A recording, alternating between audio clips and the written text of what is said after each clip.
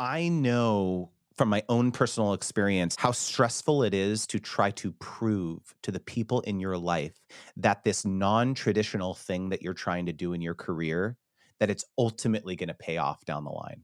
Because I had so much adversity and doubt that was assigned to this crazy thing that my wife and I were doing on YouTube back then, that it was a lot of like kind of like chip on my shoulder. Like, I want to prove you wrong. Like this can be a livelihood. This can be something that, is stable and can provide for my family and all this stuff too. And so I want other people to experience that same level of stability. I think now that I'm thinking about it, man, this is therapy. This is definitely therapy, Matt, because honestly, it's like that can prevent so many people from continuing. Welcome to the 100th episode of the Life Shift podcast. Today's guest is Justin Moore, and on the daily, he is a sponsorship coach. He helps creators negotiate partnerships with brands and companies and making sure that they're supported throughout their journey. He's been doing this full time for nearly a decade, and today we're going to talk about his path, and it wasn't quite straightforward. He was raised in a household where education was prioritized, but he was never really pressured to do something particular. He was exposed to entrepreneurship when he was younger because his parents ran a successful franchise, which really played a role in sparking his interest in being an entrepreneur. It wasn't always smooth sailing, though. After he experienced the fallout of his parents' business and then they separated when he was 12, Justin made a choice that's been a driving force in his professional life. He decided to take control of his financial future so that money would never be a factor in his relationships. And we talk about how that connects to his parents' experience as well. In today's episode, we chat about his journey, his ups and his downs, and how he's been able to use these experiences to fuel his passion for helping others secure their financial future. It's definitely an episode for those with a desire for financial stability and with entrepreneurial spirit. And there's a moment in the middle where it's a lead up and it kind of feels like one of those heist movies. So I think you'll enjoy that. He didn't steal anything. Don't worry about that. This might take a little bit, but I wanted to shout out the names of all the Patreon supporters for the Life Shift podcast. I just hit 30 supporters, which may not seem like a lot, but it was my goal for 2023.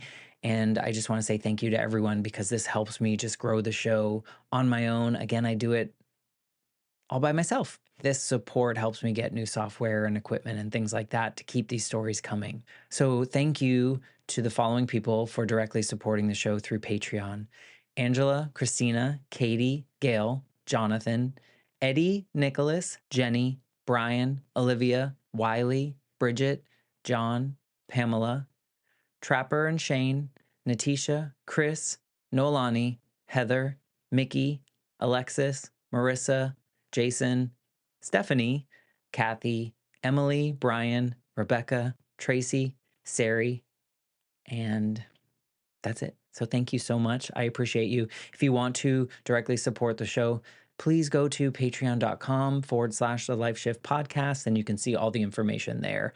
I would greatly appreciate it if you have an opportunity to do so. And with that, I'd like to introduce you to my friend Justin Moore, and here is our conversation. I'm Matt Gilhooly, and this is The Life Shift, candid conversations about the pivotal moments that have changed lives forever.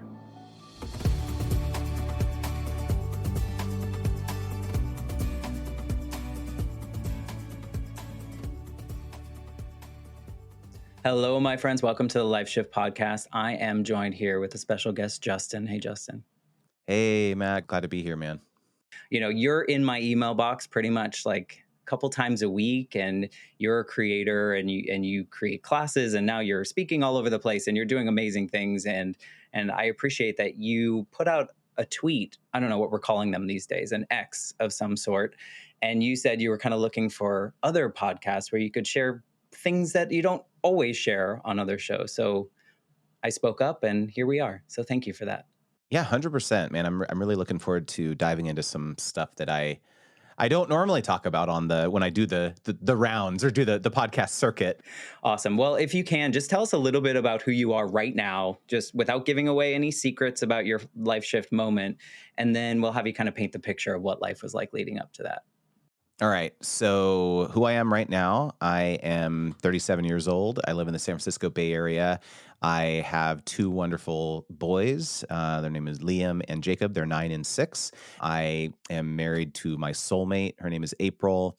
And we've been together almost 16 years, almost 17 years, actually. So, we've been together a really long time. And I am a sponsorship coach. So I teach creators how to find and negotiate their dream partnerships with brands and companies to help support them along their creator journey. I have a lot of been a very circuitous path to how I started educating people. I have past lives in medical devices. I'm an engineer, like schooled as a computer engineer. I won't get into this, but I have done so many different side hustles over the years of you know, that led me down this path. But yeah, I've been doing the full-time creator thing for almost a decade. That's amazing. And that's like, has the internet even been around that long? No, I'm just kidding. Matt, I think it has. I do have some gray in my beard, but not that much gray. The internet's been. I will say, like we when we first started on YouTube, which was 2009, the partner program had just started a little bit before that. And in fact, we got rejected. My wife's first channel got rejected from the partner program where you could make money from AdSense, like the ads that roll before your YouTube videos. She got rejected 3 times before she actually got in. So like we were not making money for a really long time, like on the internet. That wasn't like an assumption. Oh yeah, like now everyone, oh yeah, you can make money, monetize and all this stuff. But like in the early days, that was definitely not on our radar. Like when Well, we you first put in the started. work. Yeah, we've. Yeah. I think you've earned all the things that you've created for yourself. So I'm forever inspired by what you do, and I'm interested to hear what you're going to talk about today because I know like early on I was like, here's my story, and it was a little bit. I started this podcast because it was an assignment in school. I did a second master's degree during the pandemic because I was bored, and it brought me to this podcast. And growing up, my mom died when I was 8, and I felt so alone in that experience. And even in my like 20s, even in my 30s, there were pieces of me that were like, I wonder if other people have been affected by like a moment in their life, whether good, bad, or indifferent. In my case, bad. And so creating the life shift, I wanted listeners out there to hear people's stories like yours and either feel inspired or feel like, oh, I'm not the only person to go through this, or look at him, he's doing XYZ now, I could be there. So, it's been the most unexpected, fulfilling journey that I've ever been on. And I'm just so excited about it. So thank you. Yeah, I hear you. Absolutely. Yeah. Can you paint the picture of what your life was like leading up to whatever moment we're going to talk about today? Sure. So I'm actually going to cheat a little bit, Matt. Go for And it. you might kill me for this, but there's actually two significant shifts that I want to discuss. The first one, and they both have equal gravity in my life, and one kind of led to the next, and it'll all make sense as to why I'm talking about this. But let me paint the picture before the first shift. Okay. I grew up in a really, really supportive household. Like both my parents my dad was an engineer. My mom has her master's in public health. And so they were both like education was always like really prioritized in the house, but they never pressured me at all to like be studious, get good grades. Like for whatever reason, it was just like both my sister and I, we were super studious and believed that like education was important, but it was never like we didn't have helicopter parents at all. What happened was that my parents decided to open a Supercuts franchise on the side. So my dad still has his engineering job, but my mom was going to kind of run the franchise while, kind of as a side hustle income, not side hustle. That was going to be her primary thing, but like that was going to be their entrepreneurial venture. Right. And so I was around 7 or 8 at the time when they started this process. And so over the next basically 5 years or so, this business started to grow very significantly. They went from 1 to 3 franchises. Business started to become, really good. There was a time period where like we were doing really well financially as a family in terms of buying thing, the material things, and like we just were like doing really well, right?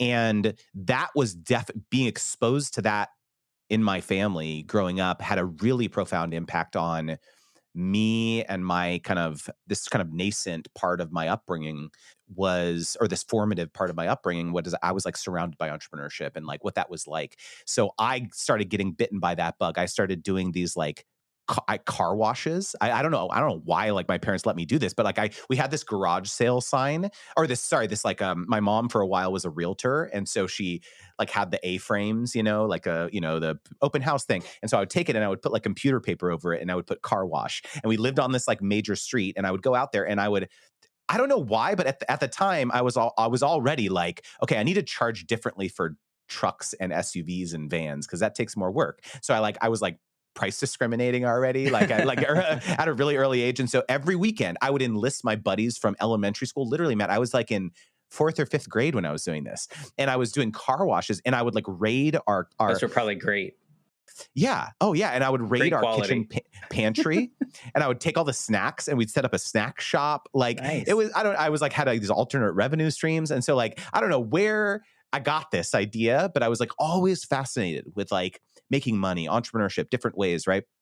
And so this was the start of my fascination with entrepreneurship, making money, different things, not driven by my parents at all, by the way. Like it was never like, we own a business, you should too. It was just like, just in the background here of like, I saw it. I saw all these things, right? And so it was this really weird thing where what happened was things started going not so great in the businesses after a certain point. I'll spare all the gory details, but my parents ultimately had to shut the businesses down or they lost the businesses. And it's what I believe ultimately led them to separate when I was 12. And there's a lot of other reasons too, but like that put a lot of strain on the family. And so that colored a lot of my ultimate anxieties of the risks of entrepreneurship. But I decided that like, okay, I've been on this like, yes, I'm very studious and I want to go to a good college and all this stuff too. But like, I decided kind of like right then and there that like, I need to be in control of my financial future so that money never becomes a factor in my ultimate marriage.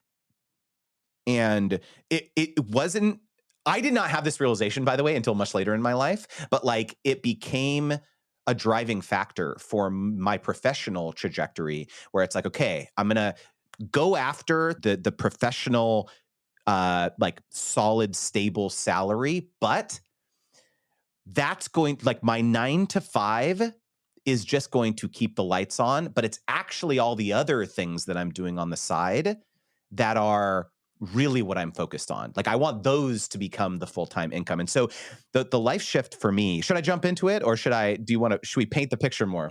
No, I mean, it was a beautiful picture that you painted. It was like Bob Ross, really. But honestly, I'm wondering, I mean, it sounds like your reflection on these moments kind of attached this success money to also success in relationships or keeping love alive. And then you've kind of tied these two pieces together, whether intentionally or not, because you saw, your parents doing so well, this like wonderful, idyllic life with all this material stuff. And then once that goes away, so does this family life. I can imagine how that kind of played around in your subconscious. And you said gosh. It was more like a reflection that you noticed that, or? So it wasn't like it came out much later in my own marriage with my wife, actually. That was a dysfunction that I had taken from my childhood. But at the time, it colored my motivation to succeed professionally so much, but I didn't realize it. But like that, again, it was like in retrospect. Well, yeah. And even looking back at your parents being successful individuals on their own makes sense why you and your sister, I mean, if you see a good role model or you see someone that, look, mom's working really hard and she's finding success and there's money to come and I'm getting cool, He-Man figures or whatever it may be, or Castle Grayskull here. We're around the same age. I'm a little bit older, but It was RBI Baseball 94 on Sega Genesis. Genesis. I only had Sonic. It was only Sonic, and then Ace of Base was playing on the CD player. Oh, yeah. And really, my gosh. Yes. But I get sign. it. Oh Yeah. man, yeah, yeah. And if I kind of think about my own, my parents divorced when I was 4, 5, 6, I don't know, one of those ages. And I saw my dad kind of struggle with getting like, he would get a side job for like Christmas presents and things like that. And so my attention to money has to be very similar to yours in a way that it's ever present, or there's a thought of it that's attached to other feelings. So I totally get that, how we run towards things without really realizing what we're doing or the reasons why we're doing it. So, thank you for painting that picture, because I think it fills in a lot of ideas for me. And it also kind of, just seeing you from the outside, or seeing what you do in the world or in the space that I'm adjacent to with podcasting, I can see some of like where that drive comes from and that passion and those things. So thank you for painting that version of your story too. Yeah, and I'm actually going to have a realization right now live with you on the podcast of something I've never actually thought of, but it just triggered something when you said that, which is like maybe that is one of the reasons I'm so passionate about helping others, Mm, because I've never thought about this, but like you can assign what I do a very quantitative value, right? Like if you hire me as your coach and I help you make more money on a sponsorship or a partnership or something like that, like obviously that's a quantitative win, right, for your checkbook. But like it's way more than that to me. It like not only does it enable you to continue creating great art and be more creative and keep the lights on and all that stuff too, but maybe it is because I assign so much trauma in my own brain to lack of the income and lack of the money. And so like I don't want anyone to ever experience what I did. That's actually really interesting, and that actually resonates with me. I'm gonna have to journal about that. Oh, you never know. I was talking to someone the other day, and I like, for the first time in my life, and I don't know why. I have, I read and stuff, but I heard about epigenetics and the idea that like things that our parents and grandparents have experienced kind of overlay onto DNA and kind of transfer into us. And so I've started doing those kind of things too, like, oh, because that happened to my grandmother, I think I absorb some of that as well, because that story has always been part of my lineage. And so I love this little reflection here, because I see it from the outside, from someone that doesn't know you. I see your passion for helping people. I understand it's your business. I understand it's your livelihood. I understand that's how you make your money. But I also see how much you seem to care. And if we go to your backstory, it's almost like you care enough because you want their relationships to exist. You want that love to exist in their life. And in maybe somewhere back here, that money is associated with that. So be interesting. Well, you know what, Matt? It's very interesting because I know from my own personal experience how stressful it is to try to prove to the people in your life that this non-traditional thing that you're trying to do in your career, that it's ultimately going to pay off down the line. Because I had so much adversity and doubt that was assigned to this crazy thing that my wife and I were doing on YouTube back then, that it was a lot of like kind of like chip on my shoulder, like I want to prove you wrong, like this can be a livelihood, this can be something that is stable and can provide for my family and all this stuff too. And so I want other people to experience that same level of stability. I think now that I'm thinking about it, man, this is therapy. This is definitely therapy, Matt, because honestly, it's like that can prevent so many people from continuing, Oh, for sure. right? Because if you don't have the support, yeah. Hmm. We absorb all that. And you started out saying that your parents were very supportive of just you. Like your household was supportive and whatever you want to do. Did you find that going the traditional route in college was like a check mark for you, but that wasn't like really what was driving you or you wanted to do? So the lead that I buried in my story was that I actually wanted to be a professional musician my whole Okay. life. That was actually, I thought I was going to be a concert pianist. That was like, because I'm trained in opera, piano, like music. Like I've been in bands. I was in a metalcore band in high school. So like music has always been a big part of my life. And one of the primary reasons I chose UCLA to go to engineering school was because I wanted to be in the music scene in LA. That was like a major factor for me. And so I was like, okay, I'm going to graduate as quickly as possible so I can start pursuing music. And it actually kind of runs counter, because it's like, how can that actually provide a stable livelihood for you? But it was like overlaid on I had all these like really complex interests as I was growing up. And so here's what happened. So my parents split when I was 12. I was very studious, did all sorts of extracurriculars. I'm an Eagle Scout. I did lots of things growing up. And then I came down to this decision of like music school or engineering school. That was like what I thought was going to be my two paths. And I actually like had a lot of friction with my dad in particular because he's an engineer. He like wanted me to have a stable livelihood, a stable job and all this stuff too. And so we really kind of butted heads about this topic when I was applying to schools. And he basically finally it came to a head and he was like, look, if you go to engineering school, if you want to go back and get your music degree, I will help you. I will support you. And I was just like, fine. And so like ultimately that was I ultimately decided to do that. And then what happened was I still had this kind of like entrepreneurial, stuff running through my veins. And while I was going through school and while I was, pursuing all these other, side projects, I met my now wife. And so everything, like things really started to transform for me at that time when I decided like, okay, maybe the music thing isn't really my top priority right now, because really what I actually believe now that I've met the woman who I ultimately want to marry, I actually have different priorities. And that was a really seismic shift for me. It's not the life shift yet, but what ended up happening was graduated, got a job in medical devices, was, pretty on a stable path, career trajectory. And I was trying all of these different side hustles, Matt. I was like, okay, I want to, maybe affiliate marketing is for me, and I'm going to like do the website stuff, or maybe I'm going to, You're showing your age. but yeah, totally showing my age. And then one thing I got super fascinated with was I always loved Antiques Roadshow. And I always this idea of like finding a hidden gem that is ultimately going to be worth like $100,000 or something like that at auction or something. I don't know why I got so fixated on this idea. And so I started learning everything I possibly could about art, specifically California Impressionism and bronzes around this time. And there was a couple auction houses in Southern California that I would follow, like in terms of like the completed listings. So what I would do is I would figure out what the estimate for this piece was at auction, and then what it ultimately sold for, because they had all those records. In addition to that, there was a pretty vibrant at that time resale art market on eBay, if you can believe it or not, where you could also do that, where you could see, okay, what are things selling for, right? Because you can look at completed listings.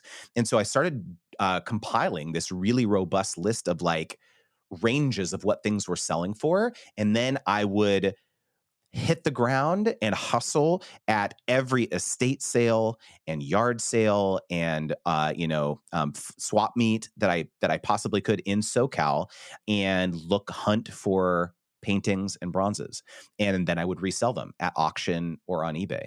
And so this one time in particular that was like a life altering moment for me was, again, I was like doing all this on the side, waking up at 5 a.m., dragging my girlfriend at the time, now wife, April, to go to all these things with me, bless her heart.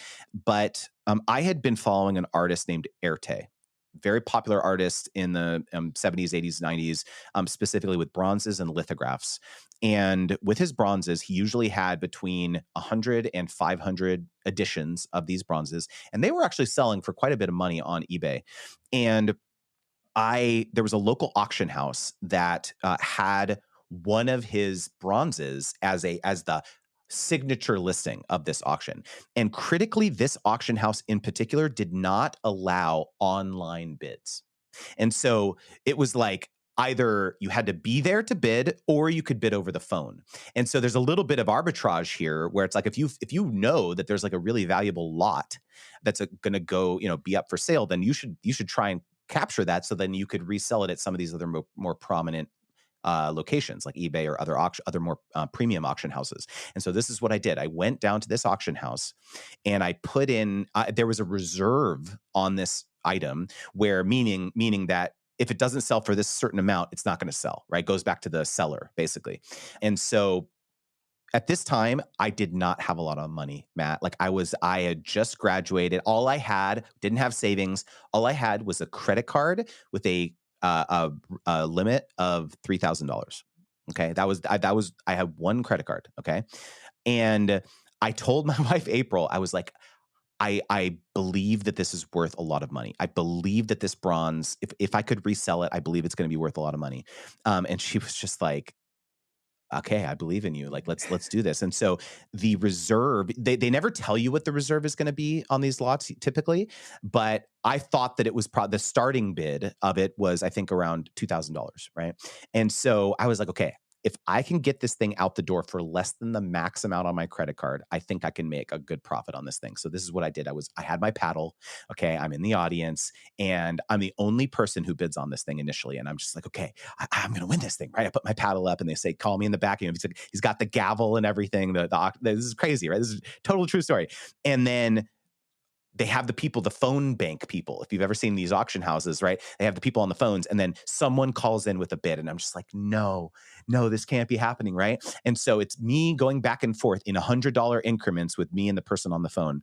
And remember, it's not just how much the lot sells for. There's also a buyer's premium, meaning that I have to pay an additional 20% to the auction house for buying it. So that's above and beyond the actual sales price. So now that I'm thinking about it, I think maybe the starting price was more like 1,800 because I went back and forth about 3 or 4 times with the person on the phone.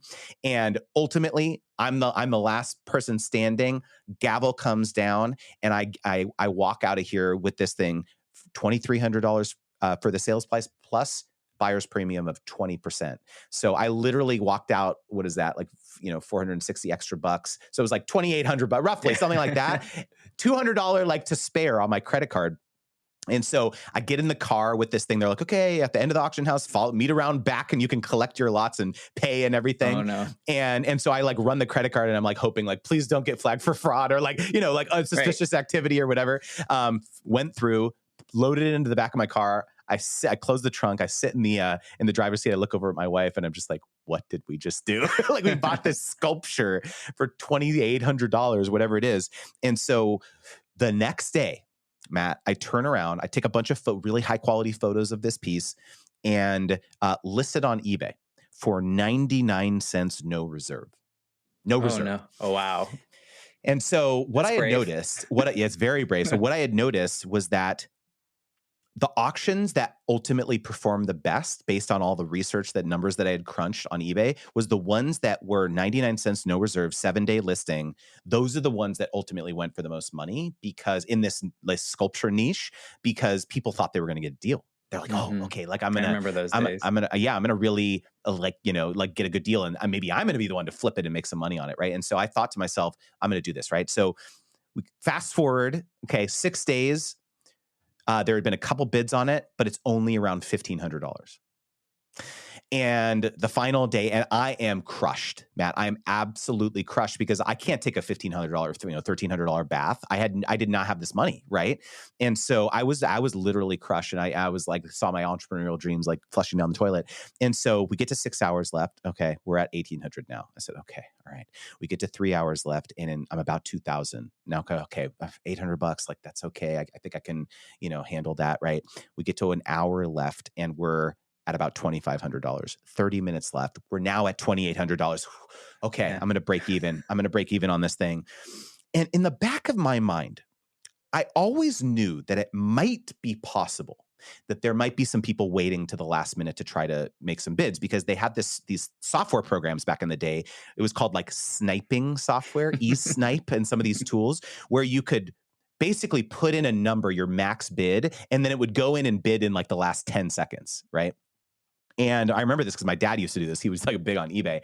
And so I was like, okay, maybe that's possible. Cross my fingers, maybe, right? And so still 2,800. It's getting down to the last minute, last 30-second. And I refreshed the browser like one final time. And it's just like hanging there, like loading. And I refreshed the page. $7,800 this thing ended up selling for. And I screamed at the top of my lungs. I clicked into the bid history, and there were like 3 people who were using this sniping software that were bidding it all against each other algorithmically at the last minute. And the person who ultimately won the bid was $7,800. My wife leapt into my arms, and we just couldn't believe it. Turned out that the person who bought it was in OC, in Orange County, so not that far away. So I actually arranged to meet them in person to hand off the thing instead of shipping it to them. And it was so shady. Like we met in this like strip mall, and it was a collector. Like it turned out to be a collector, and he gave me $7,800 in cash. I'll never forget this, Matt. And I went home and I saw this picture. I wish I could find it, but I fanned out all the money. Like this, I feel like every entrepreneur has this moment where it's like their first win, right? And I fanned it all out. I have a picture of me like with the money, right? And this was my big life shift, my very first life shift map, where I knew from that moment I could never have a traditional job again. Like that feeling of identifying something like a gap in the market or something where it was like I did all this work and I discovered something that other people didn't know, and I then ultimately was able to turn that into something that someone else valued, and I was able to kind of profit from that knowledge arbitrage, I guess. I can't even describe to you. And that then changed my whole life, because I transformed from looking at my professional career as like the way in which I'm going to have stability to like, no, that's the side hustle now. And all these other things I'm going to be trying, I'm going to try to turn those into my full-time living. Yeah, I can imagine that experience. I mean, that experience brings me back to the days of like you really wanted a video game on eBay and you're like waiting to the last second to try to win that one for cheap. Never worked Yeah. because of your example right there. But I can see how something like that could probably give you, I don't know if you didn't have this before, but did it give you more trust in yourself? Like you could believe like that you put in the work, so therefore you should trust yourself. You're not going to win every time, but did it give you any more confidence? So I was actually quite confident in myself in general to like even put something like that on the credit card, because I was like, I knew. But But you were doubting yourself. I was doubting myself. But what the thing that it actually taught me, which was actually part of the primary life shift, was that I could have outcomes beyond my wildest expectations. Like I knew that my expectation was like, I'll make $500 on this or $1,000 on this. But to make $5,000 on this, it was never even in my mind that could even be possible.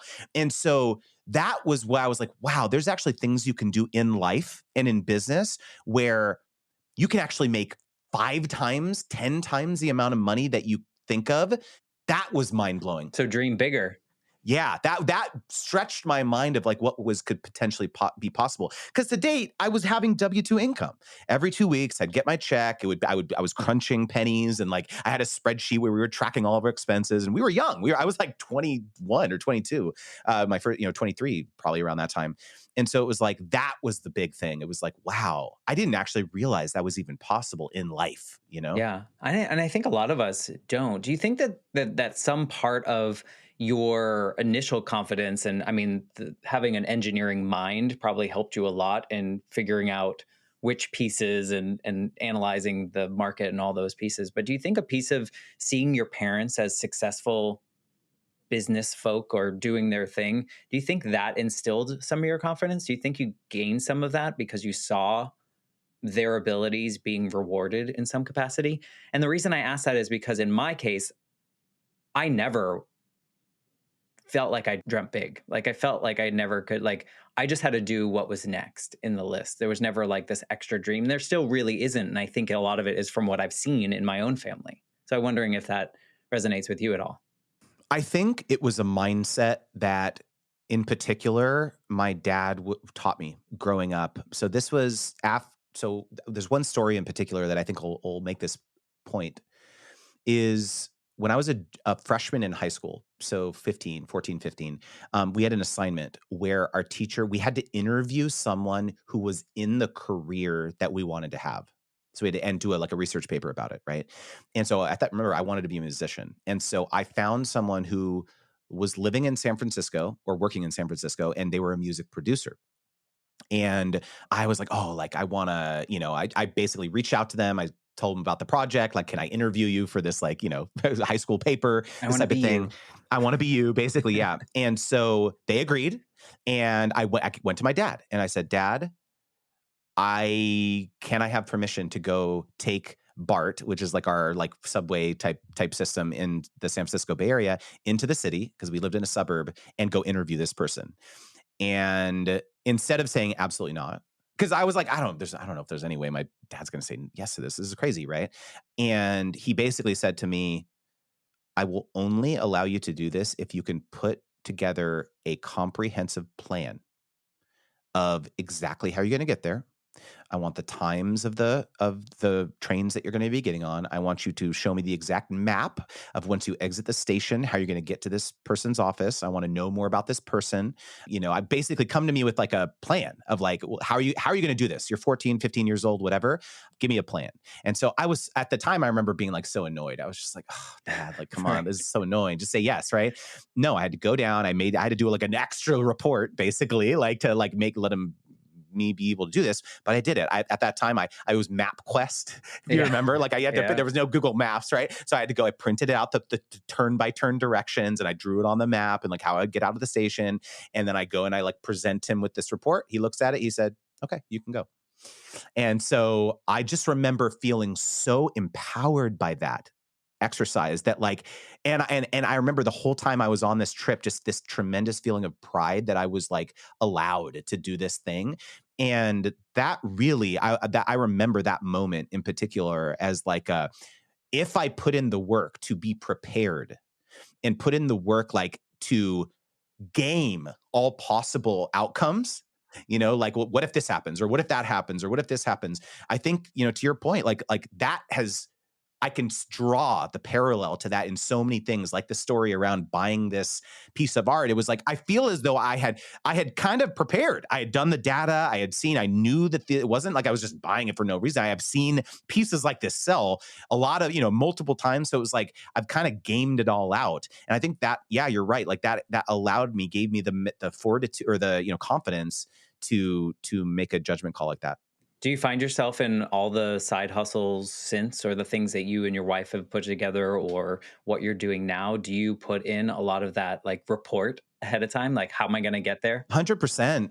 Man, I mean, when people always ask me like, "Oh, how did you go full time as a creator?" Yeah, it Like that just seems happened nuts one to me. day. Like, Yeah. yeah, like 2004, because my wife went full time 2012. I was 2014, 6 weeks after my first son was born. That was the other thing. Our friends and family were like, "Are you nuts? Are Yeah. you People don't high? get it. Like, yeah, you're gonna give up a six-figure medical, yeah, six-figure medical device job to be a YouTuber?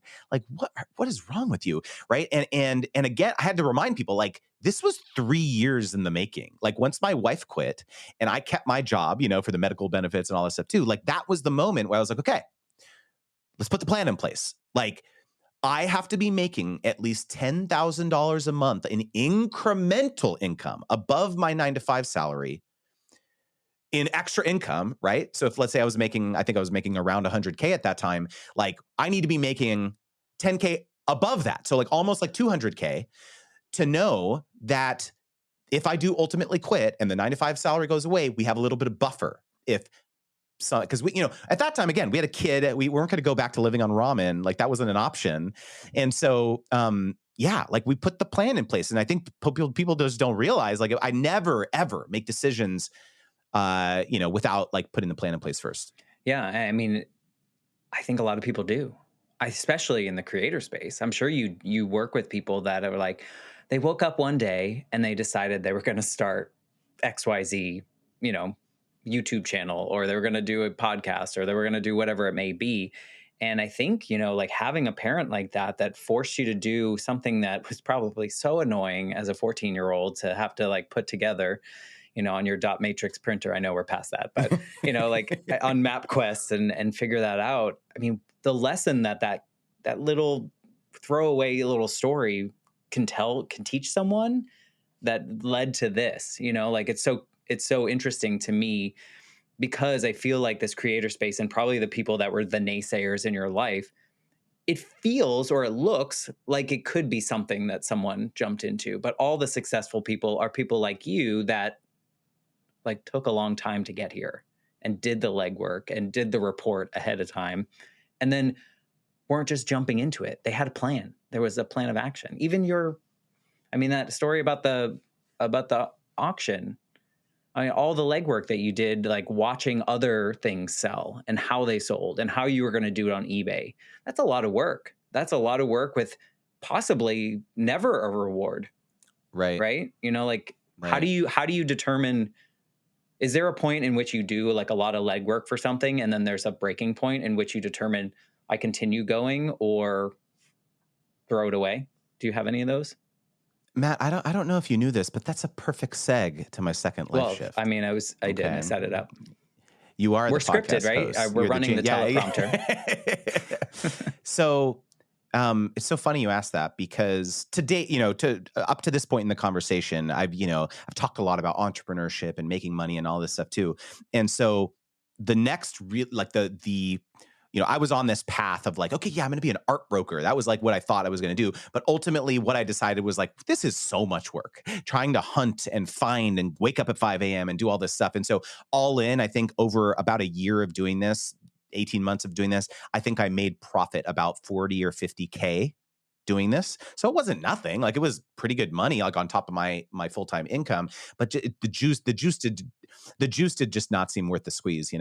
And so that's when I kind of shelved that idea, and I was like, okay. And by the way, this is around the time that my wife started her YouTube channel, and so it was very much like in the background. It wasn't making money at first, but it was like it grew, it grew, it grew, it grew. And then as we started making more money, working with brands and collaborating with them, the next kind of big entrepreneurial thing that I did was I started an agency where I was like, okay, we're pretty experienced doing brand partnerships because we've done it a bunch as creators. What if I help get deals for other creators? I'm not going to manage them, but I will go to the brands that we worked with personally and be like, hey, we loved working with you. Did you know that I also have friends who are also good creators and you can work with them and I'll manage it for you. I'll manage the campaign because it was a great experience working with us, right? Right. And so it was like, this was what I was a project manager in my full-time job. And so I was like, I'm pretty good at this. Deadlines, timelines, keeping things on track and all this stuff. And so I was like, this was my next idea. It's like, okay, I'm gonna be the liaison, right? To kind of manage these campaigns. And man, it took off, Matt. Like I it did. bet. So this was around 2015. So still pretty early in terms of influencer marketing and brands trying to understand how to collaborate with creators and all this stuff too. And so for the next 5 years, basically, that company grew significantly. We were landing, huge six-figure deals. We were doing campaigns across lots of creators. I had multiple full-time employees. My payroll at its peak was like 50K a month. So I was like doing the thing. I was like growing the agency, and like, the whole point of it though was again to diversify our family's income. That was I was always thinking ahead. I was like, okay, like things are going well with my wife and I personally as creators, but like it's got to end at some point. So like, well, let me figure out another revenue stream that doesn't rely on like April and Justin, being on social media. And so the agency was going super well. I loved the people I worked with. And then the pandemic happened. And all these huge contracts that we had in the pipeline got eviscerated, and tried every Hail Mary you can think of to save the company. Applying for a PPP loan, wasn't selected for that. Try to discount our services to try to, get something going. But if you remember the early days of the pandemic, it was like you didn't know It's a when free things were fall. going to Yeah. open back up again. Advertising, a lot of our clients were like travel and hospitality, retail, like a lot of the major sectors that were hit by the pandemic early in the days. And so I came to this crossroads where it was like, either I can run the business into the ground, like go to until we have $0 in the bank account, basically. It was actually even worse than that because I was at 100K in debt because I had taken out a big line of credit, hired a fancy VP of sales, done all, invested in software dashboards for the agency, done all these things, thinking, and we have this huge pipeline, all these, contracts, like it's gonna be fine. I'll pay it back once the money hits the bank account, like basically. And in your plan, it was there. It would have done And it. the plan, it was there. Yeah. And it was like this black swan event, basically, where it was like, I decided I either can run the business into the ground or I can give my employees severance and try to set them up for at least as much time as I can to try to find the next opportunity. And that's what I ultimately chose to do. And so I spent 5 years of my life working so hard, Matt, like nights and weekends, burning the candle at both ends. And I just kept telling my wife, it's going to be worth it. It's going to be worth it. I'm going to turn the corner with the agency. It's going to happen. And then for that to not only spectacularly fail, for me to have to lay off all of my employees, for me to feel as though the last 5 years of my life that I've spent was for nothing, basically, and I'm in debt. It was worse, right? And I was literally, this was the lowest point. This was literally the lowest point in my life, Matt. I was so crushed. I was emotionally defeated. I was psychologically defeated. I had no idea what I was going to do next. Luckily, things were still going okay with my wife and I's kind of personal business and channels, because we were kept doing that the whole time. And so we still had kind of a livelihood, which was so thankful. But inside, my personal professional pursuits were obliterated, right? And so it was literally in the ashes of this. I was in the most depressed state that could ever remember being in my life, where I started thinking, okay, I'm sick of wallowing. I've been wallowing for a long time here. I just want to feel useful again. I want to feel as though I'm helping people again, because I just need to get out of this, right? And so this is when I started to think about this really unique perspective that I had at this point now, which was that, again, I've been a creator for many years doing all these deals, but I also had run this agency now, where it was like I had been kind of behind the scenes of all of these big brands and these big agencies, and they were saying like, we want to move forward with this creator and not that creator for the following reason. And this is not something they talk about publicly. You know, we don't want to work with that creator because they're saying crazy things on their Twitter, or they had a controversy 2 years ago and we don't want to work with them. And so like, these are the types of things. And so I was like, this is actually kind of interesting. Maybe I should make some content, like some YouTube videos or something, about like how brands decide like who that they're going to partner with, right? How to negotiate, how to communicate with the brand, this type of thing. And so I'll pause here, but like this was the early, it was kind of like the phoenix rising from the ashes. It was like, this was the early kernels of hope of this life shift of now maybe this could be the next chapter for me. Yeah, definitely a next chapter. When your company, when you decided to fold, well, not fold, but to close the doors, metaphorical doors of your company, how much of your feelings, your emotions were attached to when your parents' business went out? How much of that was like, were you someone like I would be catastrophizing, like, there goes my relationship, I'm about to get, like, did you start getting in that headspace because of your 100%, dude. 100%. I mean, it's only natural. I mean, my wife and I have been pretty, vulnerable talking about this, but like that was a really hard moment for us because, again, she, like, if you can, like a lot of this was on my wife for a long time, because she was kind of like the face and the name behind a lot of the brands, and the partners who would want to work with her came in to where I want to work with April, right? And I was kind of behind the scenes, and I'm in the content sometimes, but a lot of the time it was like, we want to work with April, right? And so she very much was like, shouldering a lot of the responsibility of a lot of the brand partnerships that we were doing, that were kind of continuing to kind of fund our my ability to pursue these other things that I just kept saying, just trust me?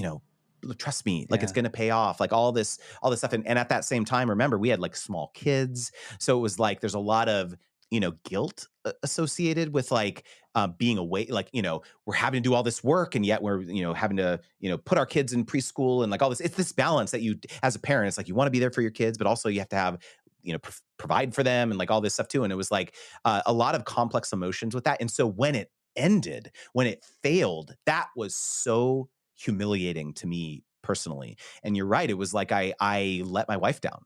That was the motion that I felt, is like I let my family down, I let my wife down, like and it was like, But it was 100% out of your control, really. At the end of the day, you couldn't have predicted yes a and no global though. pandemic. I mean, if we're, Yes, but yeah, I mean, I get it. yeah, like yes, but it's like, not that I'm like going down the extreme ownership route necessarily, but like there were decisions that I made that were, I did not do the 14-year-old Justin plan to the fullest, because everything was going so great. Well, we get wrapped up in that. I mean, that's a human response. Yeah, I'm like being pulled by these like the tsunami of interest of the agency. And so it was like, oh yeah, dropping 50K on a software developer to like make this dashboard when we're pulling down these like huge 6-figure deals. Sure, yeah, that makes sense. Hiring a like a, high value VP of sales who's going to bring in these much larger deals. Oh, that makes sense, right? All these like decisions, but it's like in retrospect, like, what if that doesn't happen? Like, what if something happens where that doesn't make sense? I didn't do adequate planning there, you know? Yeah, I don't know. I feel like it's hard. I think as humans, we naturally take these things and we absorb a lot of that, or we're the opposite, which I'm not. But like you're just like dismiss it completely. That wasn't my fault. It was someone else's fault, you know. And in this case, I can see how your upbringing of seeing like money tied to love in a way, not really, but as a kid, you kind of can't, you don't fill in all the gaps when you're that age, and then having something that didn't quite work out the way that you promised it would. It's actually even more complex than that, Matt, because one of the biggest challenges of this whole thing was my wife and I always talked about, like, from when we first started dating, like, I very much wanted to be the provider. Like, both of us, like, I think we have somewhat of a traditional relationship in that regard, is that my wife has always wanted to be a mom. Like, she's always wanted to, like, you know, care for our children, and like, you know, uh, dynamic in our relationship was always something that we both really wanted. And so it was very surprising and unexpected that her career took off so rapidly. And there was like, she was started making so much money, way more than ever, like even I was making in my like professional, like, corporate job. And so it was like this very weird thing where it was like, she liked it. Obviously she loved it. But it was like, it was flip-flopped. It was like she was the breadwinner. I was obviously supporting behind the scenes, but like it wasn't me. I wasn't the thing. And so that was a really challenging dynamic for a long time, because it was like, well, this is the way that our family's deriving income. Like we just got to keep going and do this thing. But I was all part of the me trying to do all these other like things to diversify the income was an attempt to right the balance of like the dynamic in our relationship that we both really wanted. And so that was why also the agency crumbling was so humiliating to me, because it was like this attempt that I'm trying to like be the provider and be the breadwinner, the thing that we've been trying to like do in our relationship for the last 15 years, that, or 10 years at that time, is like, that's over, that's done with. And so it was like, there was all these like layers of like complexity to why it was so challenging. When you were in those ashes, was there ever a part of you that was like, screw it, I'm going back to the 9 to 5, screw this entrepreneurial route? Yeah, I mean, it was conversations that my wife and I had, like, very regularly. It was like, okay, well, there may be a point at which I need to go back and get a 9 to 5 and all this stuff too. But not giving up, not in a sense of giving up, but rather just to like fill a gap of some sort. So I would say that the saving grace, had this not happened, so like we're so fortunate in that the year of the pandemic was actually one of our best years, surprisingly, for our personal stuff, because what happened was that marketers, the Olympics got canceled. There was all this money, this advertising money that had to be rerouted. It had to be, I don't know if you remember this, but like all the marketing campaigns around that time were like the new normal, the new normal. It's like, we're all at home and like all this stuff. And so, man, like the partnerships that we've secured during 2020 and 2021 was insane. Like the amount, and so like financially, we were okay. We were fine, even though we like lost the income from the agency. Like it was bolstered by the partnerships that we were doing personally. And so I was never at a point where I was like, I gotta go get a job, because like things were still okay. But then you were able to, I mean, it kind of sounds like that year gave you the space to kind of find your new zone. Like it was almost like Exactly. maybe you had to burn it down to start up this new thing. Do you see it in that way at all? Like this? I 100% do. And like my wife is so amazing, because she has always been, Yeah, things were hard. Like just as any relationship, as any marriage, things are challenging. You have little kids, you have professional aspirations, finding yourself as an individual after being a parent. It's like there's all these complex phases that you go through after becoming a parent. But like my wife has always been my number one supporter and number one believer in me. I'm so fortunate in that. And she has always like, if I say like, I think this is going to work, even though all these other crazy things didn't work in the past, she's always like, okay, I believe in you. Like, I'm going to give you the space and the support to try to make that happen. And so it was a slog. Like, for the first year, I wasn't making any money. Like you couldn't pay me. Literally, I didn't have a course. I didn't have coaching. I didn't have anything, but I was like, I want to lay the foundation. I'm going to like illustrate to people how I can serve them with this education around sponsorships. And so, yeah, it was like a good year before I monetized it at all. And so it was like, again, like a lot of that was just due to my wife being always in my corner. Well, and it just kind of goes to true to form for you. It sounds that you had to put in the legwork, you had to do the report so that you could launch and do it right. Because it sounds like you want to do things right. You don't want to do things ad hoc or Well, it's so funny because I remember there was this time in my life where I would just try to think of ideas, like ideas where I could start a business or ideas where I could there was like a time in make your life or money. not like every There, day. Not no, like You I don't do don't that I'm not anymore? I don't do that anymore. Okay. No, because I found my life's mission. I found my life's purpose. I really what the ikigai or whatever, right? But there was a time when I was younger that was all I thought about. And the funniest part about it was that like the thing that ultimately became my life's purpose was a series of failures, right? It was a series of like this very circuitous path of like, I never would have been able to have the perspective of what it's like on the other side had I not run the agency. I never would have had the experience had we not grown the YouTube channel. I never would have had the experience of like how to have the confidence to do this had I not quit my 9 to 5 job and dealt with all the blowback from our family and friends and support network of that decision. And so it was like a lot of, my confidence to start this business came from this like kind of litany of false starts throughout my life. And I think that sometimes is how it is. It's like, I think life so. happens when you're making plans. Yeah.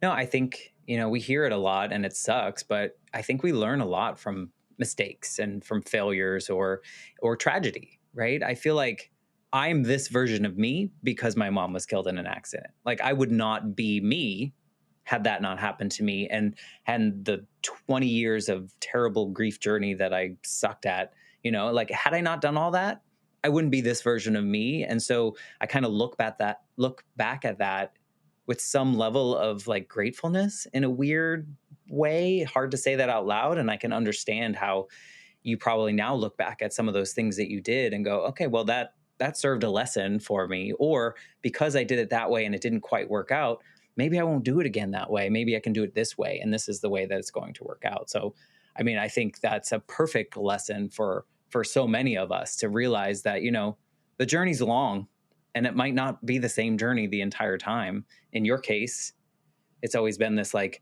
I know I got to do this side hustle. I know I got to do something that fuels your passion. But I love that you've kind of uncovered this also like helping others is kind of serving some of the childhood thoughts that you had back then too. So, Yeah. super inspired by your journey and understanding that it's going to be bumpy. It's not all Yeah. perfect. Yeah. And I mean, I think one of the other parts of this is that like I'm very self-aware now of what it is that lights me up. Because before I very much was intoxicated by the end of the rainbow. I was like, Hmm. oh, the sale of the agency or the The check mark. money that yeah, the check mark of when I get there. And what I ultimately realized when I think back nostalgically around kind of the good years of running the agency and or even the good years of starting up our YouTube channels and all that stuff, the things that I literally immediately think of are the moments where we were squarely in the messy middle. It was like I remember there's this funny anecdote where it's like the reason that I wear an eye mask to bed now is because there was a time where I still had my job and my wife had quit to focus on YouTube, where she would stay up till 2, 3 o'clock in the morning every night hustling, commenting every single comment who on the videos, direct messaging people like, hey, let's collaborate, like all this stuff too. And she had the light on and I had to go to work in the morning. And so I started wearing an eye mask. And like, those are the memories that I think about of like growing this thing. And so it's like, I've been so present of mind while I've been building Creator Wizard, because it's like, I know that exactly where I'm at right now in this moment, talking to you and doing the things that I'm doing right now, this is what I'm going to remember in 10 years or 15 years or whatever. I'm not going to remember whether there's, if there's some sort of like, you know, flag or milestone or acquisition, some big financial outcome.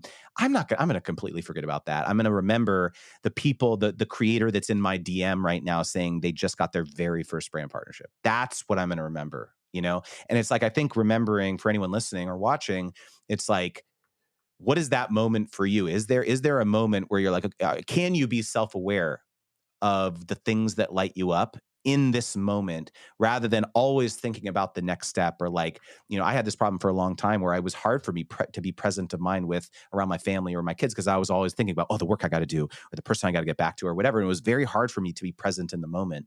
But like, if you're able to just like be completely still and present of mind in that moment, regardless of what it is, a personal, something in your personal life or in your business life or whatever, and realize like, this is the thing that I'm going to remember, this moment right now. This is the most important thing and I need to focus on it. Yeah. No, being present is really hard, Yeah. but once you figure out the value of it, I think there's no stopping it, right?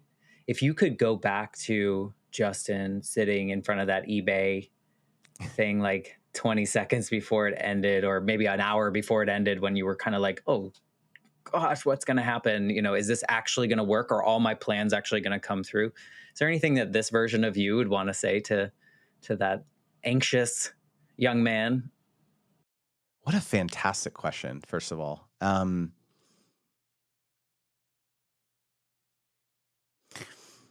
think at that time in my life, every major decision that carried risk felt like life or death. It was like, if this doesn't work, I don't know what I'm going to do next. Like that it felt so, I think because the stakes felt so much higher back then, because I still felt as though I needed to prove myself number one, to myself, and number two, to everyone in my life, like friends, family, et cetera, peers. And I think probably what I would reach back through time and put my hand on the shoulder of Justin from 30 seconds before the auction listed.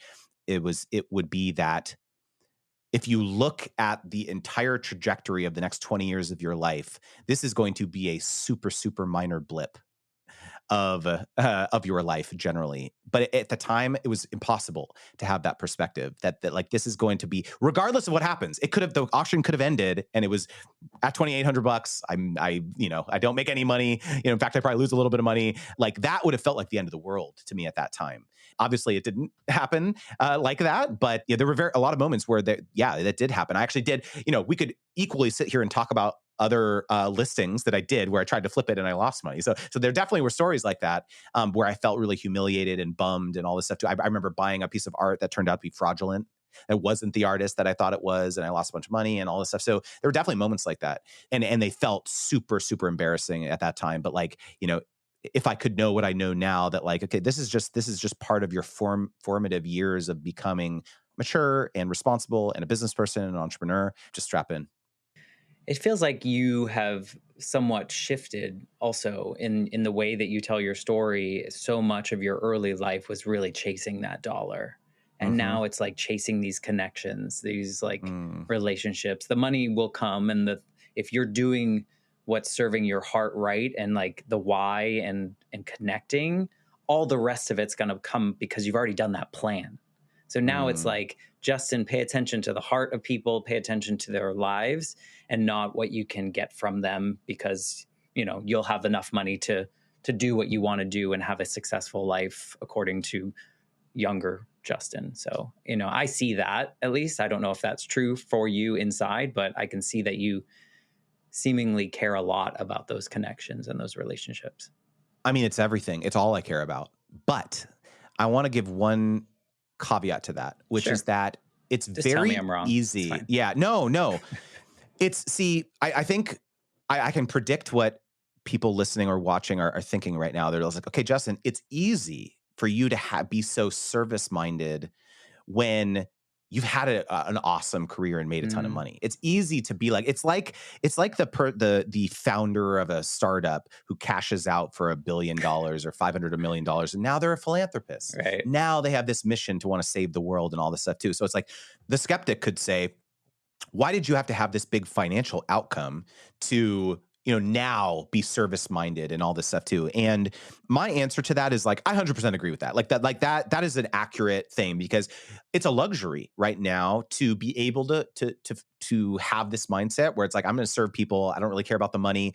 And it's like this weird thing because it's like you're right. Like that very people have told me that's one of the reasons why I wanted to hire you or to join because it never felt like a hard sales pitch. It was always like I was always like, in fact, like I actually just did a webinar 2 hours ago, and someone said on the for my program, someone was like, how quickly can I get results? Like, I think I can do this. I know I'm going to put in the work and all this stuff too, but I'm going to have to borrow from my rent money to actually join. And I said, do not join. I said, if you're in this position, I don't want, like, I want you to be in a solid financial position where your baseline this is not the right time to like join this. And they were like, thank you so much. That's super honest. And I appreciate that. And so it's like, I can say that like with 100% of my chest because like, that's how I feel. Like, I'm never going to like pressure people into doing this. And so like it is strangely like through a roundabout way, I've had so much success because I haven't needed it. Right. I haven't needed the money and I approach it from like, I'm just going to give away everything for free, basically. And if you need more detailed support, sure, you can hire me, like join my courses, coaching, whatever. And so, but I totally acknowledge that skepticism that like, okay, it's easy for me to think that now that I'm at this point in my life, it really is, I do feel very blessed that I can have that mindset.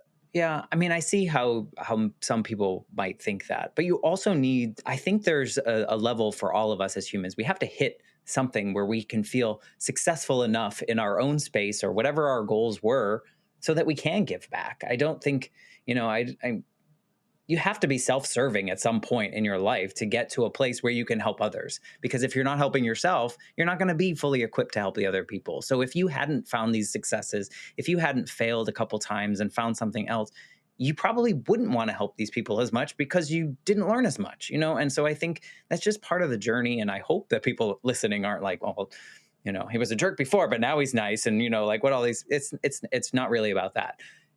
But I appreciate what you said. I understand that. And I think there are some people that feel that. But I am inspired by you, your journey, what you do. I love seeing things come across my feed and go, maybe someday.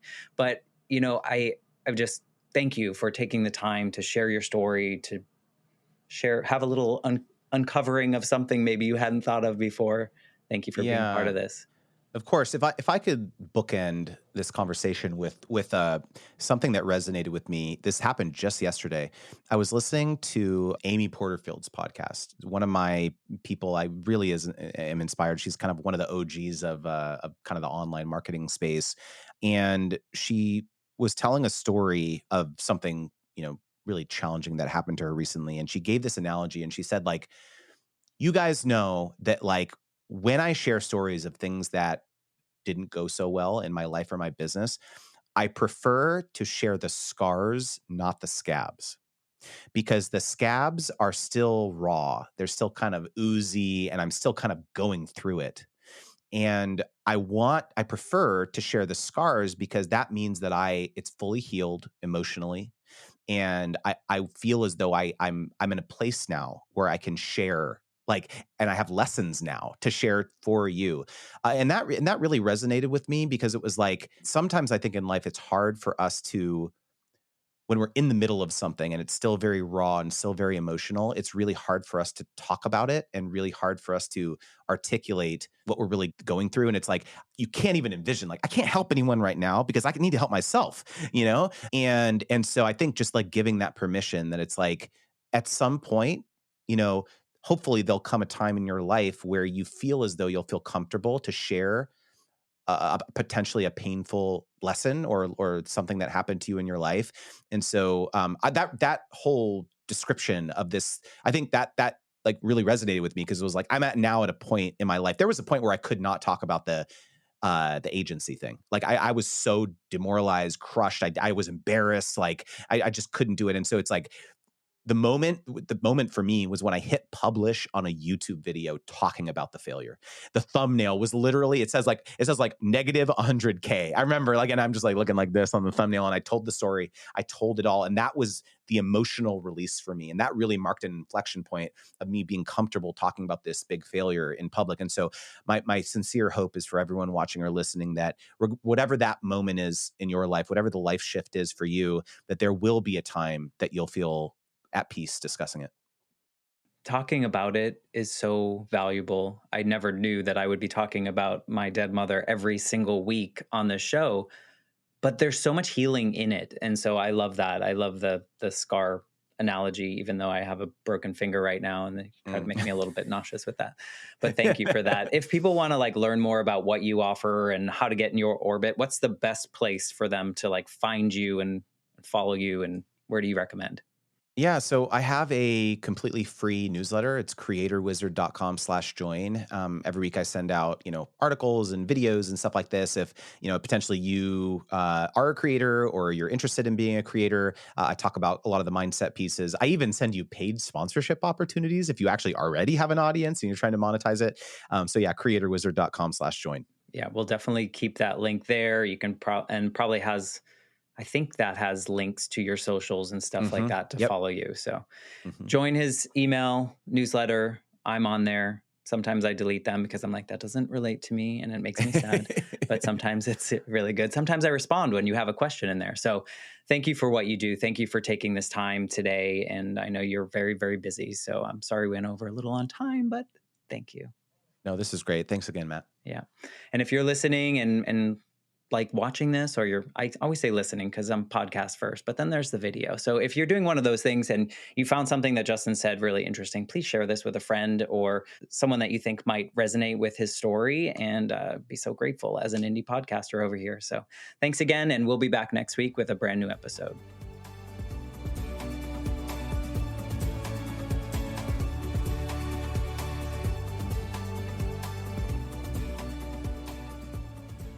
For more information, please visit www.thelifeshiftpodcast.com.